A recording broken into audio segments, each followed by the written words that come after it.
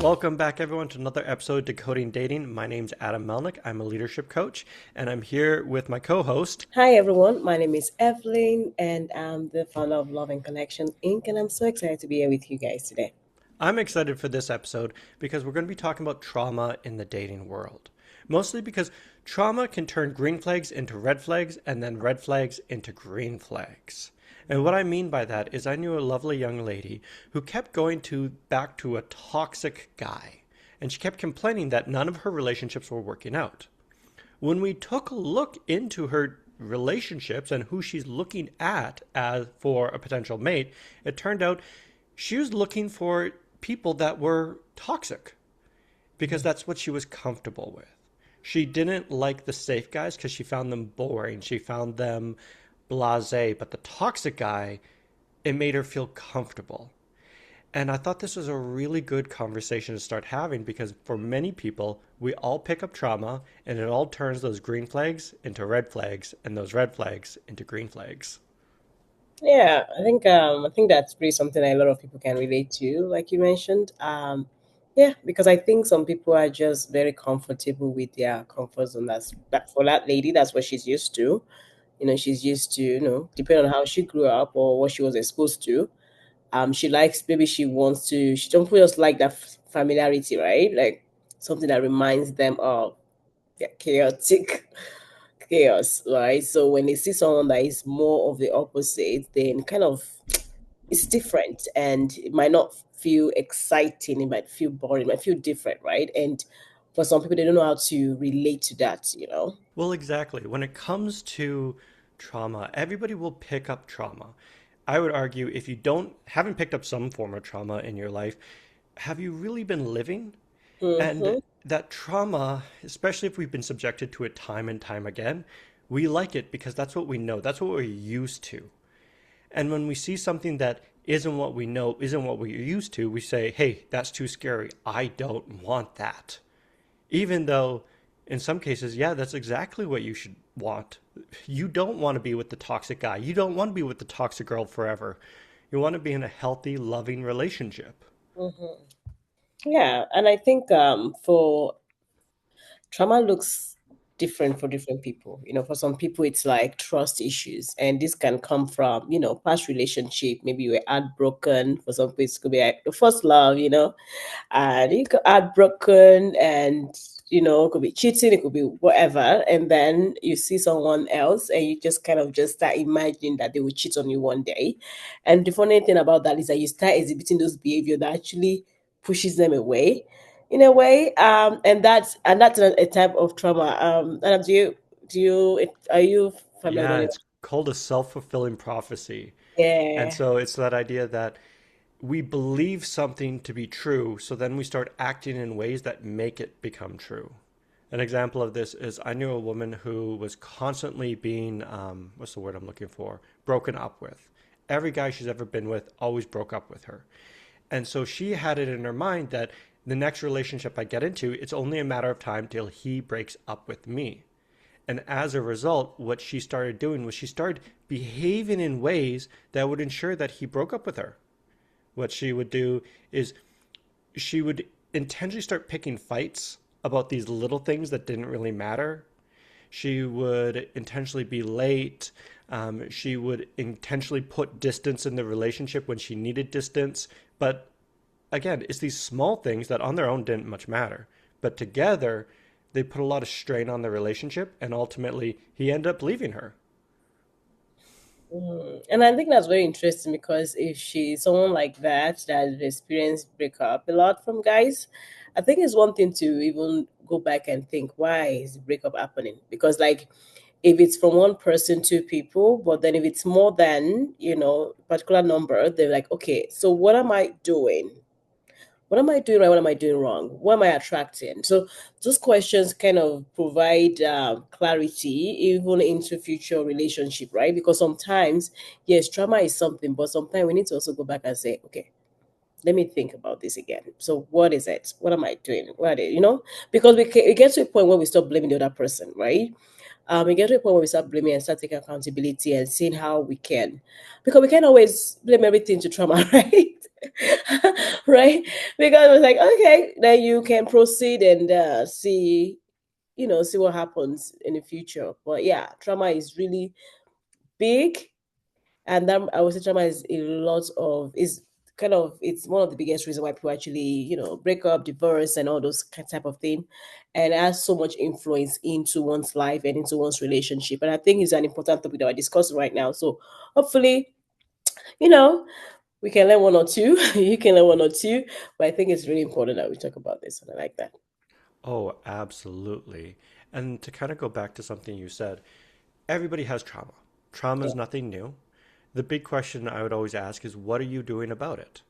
Unfortunately, I think oftentimes trauma is in the background and people aren't aware that they have been traumatized and it is coming out in their relationships or it's coming out in their personal life and giving them outcomes that they don't desire. And that's why I always tell people look for the false beliefs, those all or nothing beliefs.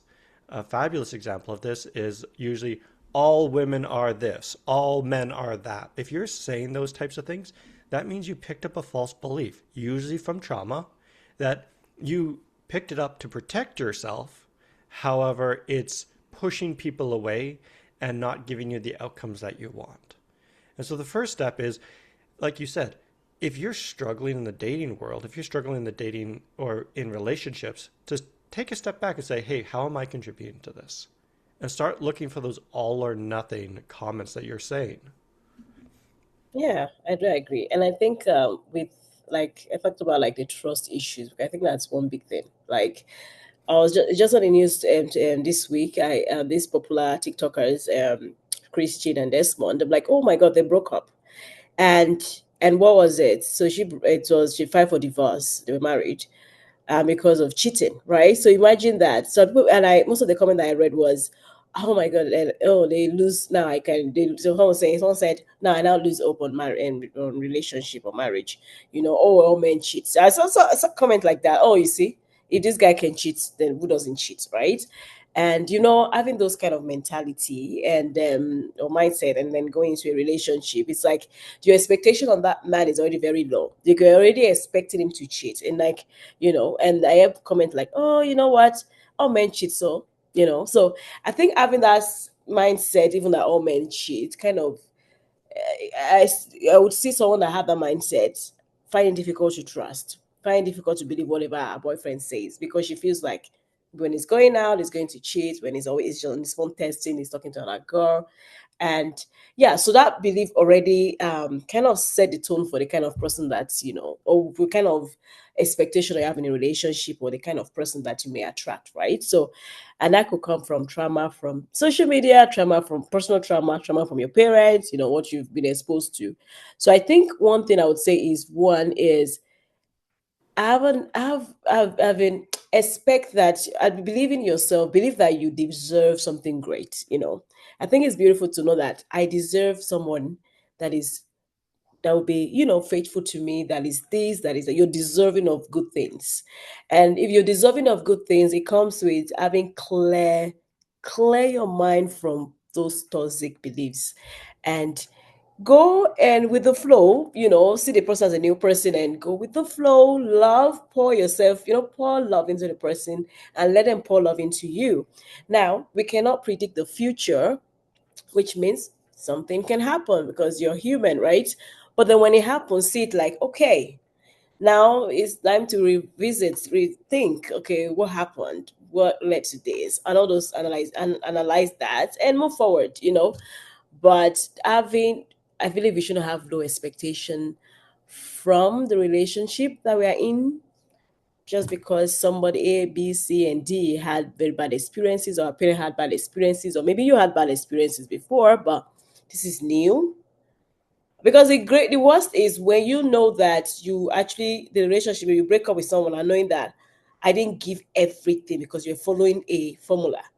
You're following a formula. Okay, if I do this, let me wait for him to do this first. You just like you feel bad knowing that you didn't give your all in a relationship, especially when you know that the person has potential to be a great partner, right? So yeah, but it's not that easy.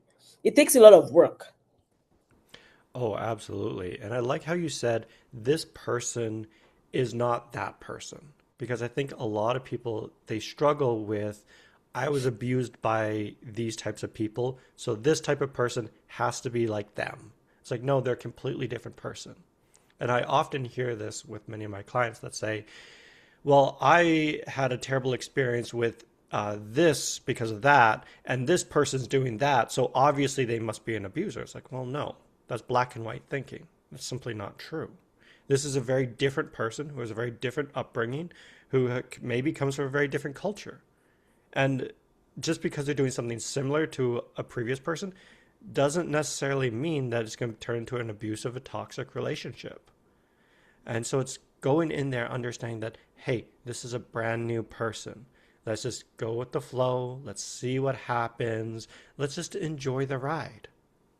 Yeah, I think it's very important. I think that's very important to think about. One thing you mentioned was you talked about red flag, green flag, and how people just. I would say, so when it comes to trauma, yes, green flag to you may feel like familiarity, right? Something that is familiar with, maybe you're always used to that noise, and it's just that unrest, like chaos, like that. Some people don't like, you find a guy that is quiet, that is opposite, that is just, he likes his reading time. He just like to listen to music. Sometimes he doesn't have to always talk. Be like, oh my god, this is boring, because it's just like you want that excitement, some kind of, those are excitement. Yeah. And I think there are people like that. There are people that are very exciting. They always like to have something going on. It doesn't have to always be toxic. And I think that's why it's very important to think about, like I always ask people when I have ask my clients is like, what is your personality type? Those are the questions I always ask. Because personality types alignment is also very important. If you're someone that I remember I had one person I matched and they're married now, but they when I saw the two of them, I knew that they were going to work together. The guy is more of a laid back vibe, and she is a back vibe. So they like to go out sometimes, but sometimes they also like that company together, night watch movies, sport together, and all. So that kind of makes sense. If the guy is that way, laid back guy, with a girl that likes to go out and she's always bubbling and all, now she's gonna be bored. That doesn't necessarily mean that that is toxic. It just means that you guys just don't align that level. It's that you learn to adjust and accept them for who they are, and be okay to go out on your own sometimes and just have fun. Or you just you know you keep complaining, right? Like, it's just don't go with someone like that. And so personality type is very important. Also, some people are not also used to peace. Some people don't know how to adjust to peace when things are going smoothly for a while. They start being feeling unease. They're like, why can't I just create some fights? Why this guy is too. Because some guys will be like, everything, like, babe, is okay. And she's like, just fight me, fight me. So that one is chaotic. That is what they call toxic. Now, that is toxic when you are kind of like on ease, when there is peace, and you want problems, you want chaos, and that's toxic. And that is when you need to think about, why do I want fight? Why do I want chaos? And it comes back to thinking and going back and to the drawing board, and asking those important questions and asking yourself, what do you really want for your life? Do you want chaos or do you want peace? If you want peace, then work towards that and be comfortable being uncomfortable until you adjust, right? Well, I love that you put the difference between, hey, this might be a lifestyle change that Mm-hmm. just doesn't jive. I like to party, he doesn't like to party, or she likes to party and I don't. And it's just not something we can navigate versus I don't like it when it's too peaceful and I have to create chaos. Because I've met more than enough people that they almost thrive. They feel comfortable in chaos and drama. They That's where their safe zone is. That's where they kind of feel their best. And when they get into a relationship that is safe, that is peaceful, that where nothing's kind of going on, it makes them uncomfortable because there's no chaos, there's no drama. And they go after their partner. They create drama, they create chaos. And again, it creates this self-fulfilling prophecy at the end of the day of we're not going to last because there's all this chaos and drama. It's like, well, of course you're not going to last because you're making it. Because you don't feel safe in just a calm and safe environment. Yeah, and I think I don't think anybody wants to live in a chaotic. I don't know, maybe some people want that, but I don't think it's long term. There's always that effective on your health and your mental health.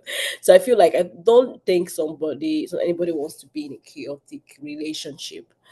But then I think like and that's why I said you have to ask yourself what you want and work towards that. And understanding that okay, now you have a partner that is peaceful. Maybe you can learn how to be peaceful from him, right? You can learn because it's something that you're not used to. And I think okay, there are people that grow up in a type of environment, and that kind of environment have big impact in them. And maybe that's when you can ask yourself, maybe it's time to leave this environment. Maybe it's time to leave these toxic friends. Maybe the less toxic friend that you have, the better it would be for you to start adjusting into what is more peaceful. I think sometimes you might have to just let go of some things in your life, people in your life, environment, change your environment, change your lifestyle a bit to what you want. And I think that way get because you can't be trying to work on yourself, going to therapy, counseling, and all, but you're still in the same toxic situation. You're still in the same toxic environment, having these toxic friendships. You want to be less of someone that parties and drinks a lot, but you're still hanging out with the toxic friends that like to drink and party. So I think that's something that, you start working on. Well, and this is where you need to start asking yourself, is this helping me or hurting me? Exactly. I know for myself, I recognized years ago that I had a lot of trauma and I had a lot of issues. And I had to take a step back and be very realistic with myself and say, hey, what's going on with me? What are my false beliefs that I have and how can I overcome them? And part of that process was taking an honest look around my friendship circle, taking an honest look around the social media that I'm consuming, about the people that I'm talking to, and say, are these, is this helping me or is this hurting me? And to be honest, it was hurting me. And I had to cut it all out. And I entered what I like to call the lonely phase, where Hmm. I'm no longer the person that I was, but I'm not the person that I will be. And so you end up losing all these friends, you lose all these social connections, but ultimately you come out the other side far better and much more healthier because you become a person that isn't going to be wallowing in that trauma, that chaos, that drama anymore. And you're going to be an individual that enjoys peace, safety, and security. Yeah, and I think I like that because self-reflection. I think we will be lying to ourselves if we say we've not gone through trauma. Like we've been lying to ourselves, and we would not. We also lie to ourselves. We say that has not impacted our life somehow. But like I said, for someone like me, I think I've always wanted growth, and I've always and that could be in any aspect of my life, relationship wise, and everything. So I tend to look at it from that angle. And I'm also very accountable to I'm like, okay, what have I how have I contributed to this myself? Because sometimes it takes two to tango. Like how have I also contributed to things? What are you thinking? Because sometimes if you meet an healthy person and you've been traumatized in the past from past relationship or what, the healthy person will challenge you. Now, you see a lot of guys will point out some things that you're doing that maybe is not very good, but you might feel triggered by it. Like, why are you attacking me? And that's the difference between toxic and healthy. And a toxic person will be, everything that you're doing that is toxic will be like, okay, it's fine, be like, oh yeah, it's supporting me. But a toxic person will point out to you that, oh, maybe I don't like that the way you spoke to me. And be like, oh, this is why I speak, this is why my friends like me like that. No, because maybe you are the wrong friends. Like if you know that there's nothing as nice as being, you can't be rude and expect that is okay. Your friends may accept that because maybe that's what they are used to too. But a healthy person will tell you, babe, that's not how to talk. That's not how to approach a situation. And you'll be like, but is the openness to say, you think and say, oh, that's true though. Maybe go and do some research yourself and say, let me see, use and ask. Because or you talk to somebody else that you think that you trust and babe, this is what happened. What do you think? Am I overreacting or is this? Yeah, and they will tell you, oh, babe, yeah, that was out of line. you know. So it's healthy person will challenge you. Mhm. A healthy relationship will challenge you to force you to change, and that may not be comfortable. So you need to be able to differentiate, and is that how you let yourself to? Because how can you be in a relationship that the person can't impact you, right? If they're healthy, so a healthy person will impact you and point those things out for you. Well, and I always differentiate the two. A healthy relationship will challenge you in a positive way. They're going to Yeah. uplift you and they say, "Hey babe, how what you said to me in that environment, I did not appreciate it. I would appreciate it if you did A, B, C instead." A toxic relationship will put you down. Mm-hmm. You said that about me in a relationship? What the hell is wrong with you? Toxic relationships tend to pull you down and just destroy you. Healthy relationships always try to uplift you. And that's always the rule of thumb. So when anytime I've ever had a partner kind of give me criticism and I'm not quite sure, I'm like, is this toxic? I sit down and like, are they trying to uplift me or are they trying to tear me down? If Mm-hmm. they're lifting me up, awesome. If they're tearing me down, we got to talk. Yeah, yeah, and I think it's the approach, like you mentioned, like the approach is very important. How are they pointing out those things that you need to work on? Unfortunately, some of us, it might not even be past relationship, it could be like family, dynamics, right? That made us, of exposure to some type of toxic and traumatic situation. But you might now meeting someone that maybe is different from a different experience and trying to guide you, but it's how they do that. It's how they support you. Are they like bashing, or are they saying those things in an awful way? Are they pointing those things out and they're making you feel worse? Are you growing in that relationship? Are you better? Are you becoming a better person, or are you worse? Or are you feeling more insecure? Are you feeling more unsafe? That matters, because healthy comes from love, right? You come from a place of love. If you're going to point out something that they might like you to change, but is it from a place of love? Is it like, like you spoke, like you said, how are they bringing it? How are they bringing up the matter to you? Like, how are they saying it? But if they're just like, very mean about it, or just point and make you, and you feel bad at the end of the day. Because I remember having a job where I had two leaders, and there was one that, when there's a mistake, she's like poking you, and she makes you feel bad, like you go to bed, you can't even sleep. But there's this one that'll be like, what, guys, I want you to know that you're human, and if you make mistakes, don't worry, we're gonna work together to fix it. And she'll call you in the office, she'll be like, Evelyn, this is what happened. What can we do to help you? But see, that way, your my performance at that job went so high with the other leader, and it's the same role. But then it's the same thing as a man or a partner. We have a partner that will say, babe, okay, what do we need to do? How can I support you? I noticed that, what do you need to? You need to register into a class. We need to go to therapy. How can I support you in that? And she could even help you get a therapist and all that. And that person will be like, go work on yourself. You have a problem, blah, blah, blah, blah. And you'll be like, oh my God, do I have a problem? Do I what's wrong with me? And some people can't even commit suicide like that. Like, it's crazy. Like, that is toxic. It is very toxic. And again, if anyone's calling you out and ripping you down, that is not a place you want to be at. I know I teach a lot of leadership, and at the end of the day, it's all about lifting people up, and it's not about tearing them down. Well, I love it. Uh, I guess should we? I'll just kind of get out of here for a little bit. Should we end it here to keep it short? You think? Yeah, or we can make it into part two too. So we can break it into two, but it's okay.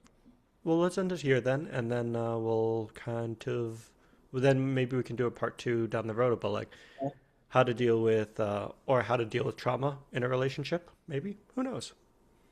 So what did we talk about today? Was what? Was that to do with trauma? We were talking about trauma and traumas in relationship and red flags being green flags and Okay, green flags then being how red to deal flags, with it, right? and Yeah, then how to deal with it because that is a part that I do think we should talk about. Is like, okay, you yeah. have trauma now. How are you going to handle it so you have a healthy relationship? Okay, okay, makes sense. But let's How end many it minutes here. is this? Can you see Oh, the time? yeah, it's 10:49. Oh, well, we'll do the exit intro here. Okay. All right. I love the conversation. It's phenomenal. I think we're gonna have to do a part two on this, Evelyn. So thank you Yes. guys for coming out and joining us on the podcast. If you found it helpful, please like, subscribe, and share it with somebody that could use this information. And Evelyn, any closing words? Yeah, I think what I will say, we've all gone through trauma first, and you're not crazy or you're not bad person because you've gone through that. But I think what we've really talked about today is more like looking at how to even recognize that you even have how you have trauma in the first place and how you can be showing that your relationship without even knowing. And I can't wait to actually talk about like see how we can actually deal with that in our next video. So yeah, let us know what you think, and yeah, we can looking forward to seeing you in the next video. Take care, guys. Cheers.